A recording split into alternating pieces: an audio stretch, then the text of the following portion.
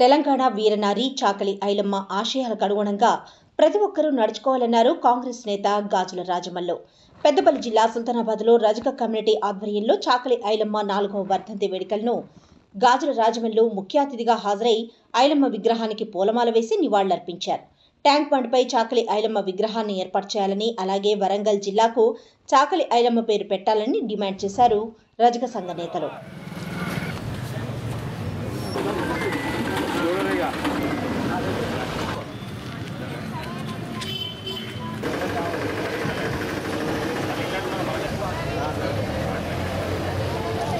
చాకలి ఐలమ్మ ఎంతో తెలంగాణ కోసము పురిటి గడ్డ మీద పుట్టి ఓ ఉద్యమకారిని తయారై ఉద్యమాలు చేస్తూ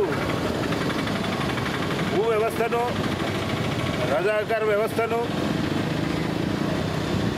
రూపుమాపినటువంటి వీర వనిత. అలాంటి వనితను స్ఫూర్తిగా తీసుకొని ఎంతోమంది తయారు కావాలని మరి మేము ఎన్నోసార్లు ప్రతి గవర్నమెంట్కు విన్నపించుకుంటున్నాం. చాకలి ఐలమ్మ విగ్రహాన్ని ట్యాంక్ బండ్పై పెట్టాలని, అలాగే వరంగల్ జిల్లాను చాకలి ఐలమ్మ జిల్లాగా పేరు మార్చాలని ఈ సందర్భంగా గవర్నమెంట్కి తెలియజేస్తున్నాము. ఐలమ్మ విగ్రహాన్ని ట్యాంక్ బండ్ మీద పెట్టాలని గవర్నమెంట్ను మేము ఒప్పుకున్నాం. ఈ ఐలమ్మ గారు చేసినటువంటి పోరాటాలు పేద బడుగు బలహీన వర్గాల కోసం జీవితం అంతా కూడా చేయడం జరిగింది. అటువంటి వీరవనిత మా రజక సంఘంలో పుట్టడం, మా రజకులు మేము అందరం కూడా గర్విస్తూ మా రజకము, మా కులములో ఆమె పుట్టినందుకు మేము ఎంతో గౌరవిస్తున్నాం.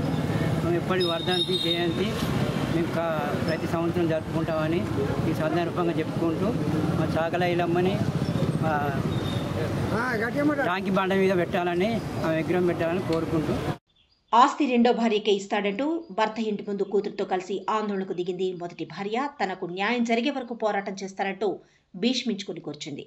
పెద్దపల్లి జిల్లా ఓదల మండలం కొలనూరు గ్రామానికి చెందిన జంగా సంజీవరెడ్డి వనచకు 22 ఏళ్ల క్రితం వివాహం జరిగింది.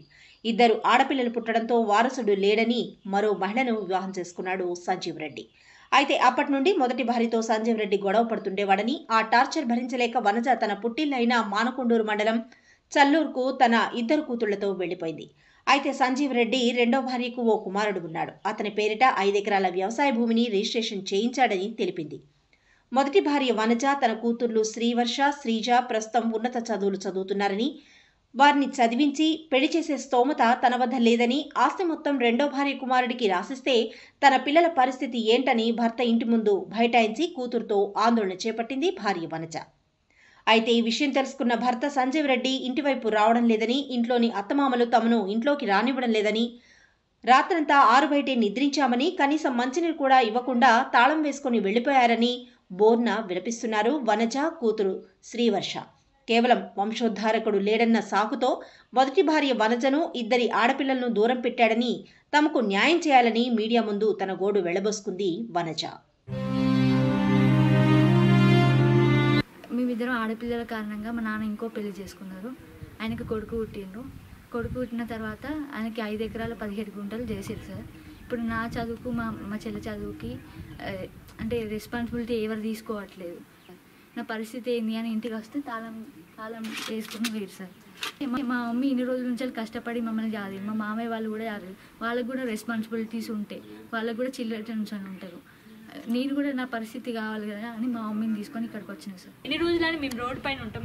మేమైతే పుట్టలేదు సార్. మేము ఫస్ట్ పుట్టిన వాళ్ళకి ఇంత ప్రియారిటీ లేకపోతే సెకండ్ పుట్టిన ఆయనకి అంత ప్రియారిటీ ఉంటే మేమేనా అంటే కేవలం మేము ఆడపిల్లలనే కదా సార్ ఇదంతా చేయడం.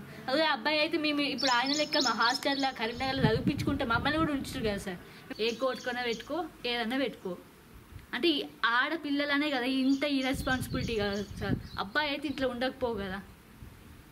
నీకు ఆడపిల్లలని ఇప్పుడు ఎట్లయినా వేధించినా కానీ సరే పోనీలే ఆడపిల్లలని అట్లయినా ఉన్నా, నేను అయినా కానీ ఇంకొక అమ్మని చేసుకొచ్చుకొని అని కూడా ఉన్నా సార్. అట్లయినా కానీ కొట్టుడు తిట్టుడు ఇట్లయినా భరించిన ఆడపిల్లలైనా మంచిదే, ఎక్కడ పోయినా ఏం లేదన్నా కానీ విపరీతంగా కొడితే మా అమ్మ వాళ్ళ ఇంటికి పోయినా సార్. పోయినా అక్కడనే ఉన్నాయి. పిల్లలు కొంచెం పెద్దగా అయినాక జ్ఞానం వస్తుంది, నన్ను ఏం చేస్తాడు అని అప్పటి నుంచి అక్కడనే ఉన్నా. ఆ బాబుని చదివించడు, వీళ్ళని పట్టించుకోలేదు, ఏం లేదు. ఇన్ని రోజులు నాకు చేతులు కాళ్ళు ఉన్నాయి, కాలు ఇరిగింది. ఏదో ఇంత పెద్దోళ్ళని చేసినా ఇప్పుడు చదువులకు అందడం లేదు, వేలు బాగా ఖర్చు అవుతున్నాయి. నా వల్ల కావడం లేదు. 5 ఎకరాలు ఆ బాబు పట్ట వేసిరు, 6 ఎకరాలు ఉన్నది. అది కావాలి, వీళ్ళకి చేయాలి, ఆడపిల్లలు సార్ న్యాయం చేయండి. ప్రతి ఒక్కరూ నేత్రదానం చేసి మరో 2కి చూపును ప్రసాదించాలన్నారు లయన్స్ క్లబ్ ప్రతినిధి వలస నీలయ్య. పెద్దపల్లి జిల్లా సుల్తానాబాద్ లయన్స్ క్లబ్ ఆధ్వర్యంలో నేత్రదాన పక్షోత్సవాలను పురస్కరించుకొని సుల్తానాబాద్లో నేత్రదానం చేయండి, మరో 2కి చూపును ప్రసాదించండి అనే స్టిక్కర్లను సుల్తానాబాద్ సిఐ సుబ్బారెడ్డి, ఎస్ఐ శ్రావణ్ కుమార్ చేతుల మీదుగా కార్యక్రమాన్ని ప్రారంభించారు. 10,000 రూపాయల విలువ గల ఈ స్టిక్కర్లను సుల్తానాబాద్లోని ఆటో జీప్లకు అంటించారు లయన్స్ క్లబ్ ప్రతినిధులు.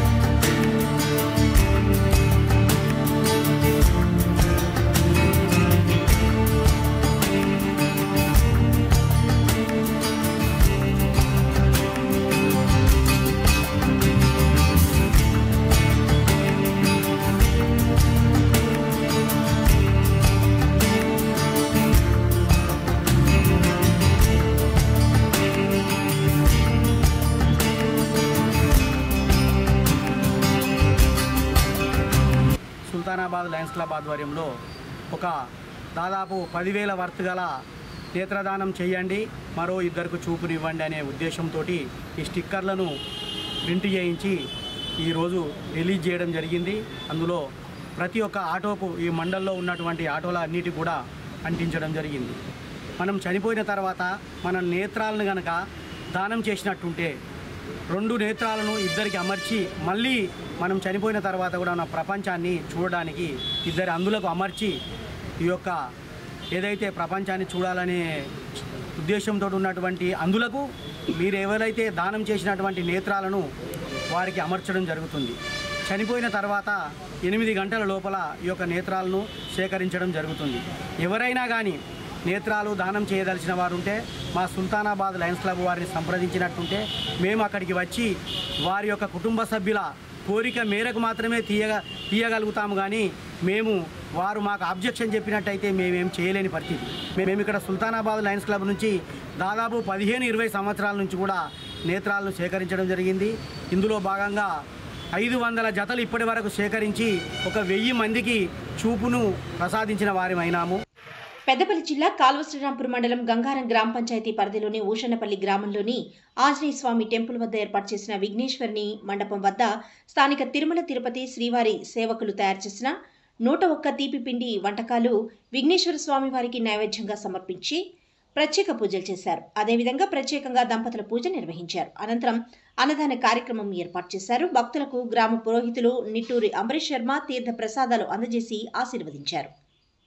देवा हो देवा गणपति देवा मंगलम गणेशम देवा हो देवा गणपति देवा मंगलम गणेशम विघ्न विनाशक जन सुखदायक विघ्न विनाशक जन सुखदायक मंगलम गणेशा देवा हो देवा गणपति देवा मंगलम गणेशम देवा हो देवा गणपति देवा मंगलम गणेशम विघ्न विनाशक जन सुखदायक विघ्न विनाशक जन सुखदायक मंगलम गणेश देवा हो देवा गणपति देवा मंगलम गणेशम. పురిటి నొప్పులతో బాధపడుతున్న గర్భిణీ స్త్రీని 108 అంబులెన్స్ లో ఆసుపత్రికి తరలిస్తుండగా మార్గ మధ్యలో అంబులెన్స్ లోనే కాల్పు చేశారు 108 సిబ్బంది. పెద్దపల్లి జిల్లా కాల్వ శ్రీరాంపూర్ మండలం పందేళ్ల గ్రామానికి చెందిన సౌజన్య అనే గర్భిణీ స్త్రీని రాత్రి పురిటి నొప్పులు అధికంగా రావడంతో 108కి సమాచారం అందించారు కుటుంబ సభ్యులు. వెంటనే అక్కడికి చేరుకున్న 108 ఈఎంటీ బాలు, పైలట్ మదన్ గర్భిణీ స్త్రీని పెద్దపల్లి ప్రభుత్వ ఆసుపత్రికి తరలిస్తుండగా వెన్నపల్లి గ్రామ శివార్లో మార్గ మధ్యలో పురిటి నొప్పులు అధికంగా కావడంతో ఈఎంటీ బాలు, పైలట్ మదన్ సహకారంతో అంబులెన్స్లో ప్రసవం చేశారు. సౌజన్య ఆడబిడ్డకు జన్మనివ్వగా తల్లి బిడ్డలు క్షేమంగా ఉన్నారు. మెరుగైన వైద్యం కోసం పెద్దపల్లి జిల్లా ఆసుపత్రికి తరలించారు. డెలివరీ చేసిన 108 సిబ్బందికి కుటుంబ సభ్యులు కృతజ్ఞతలు తెలిపారు.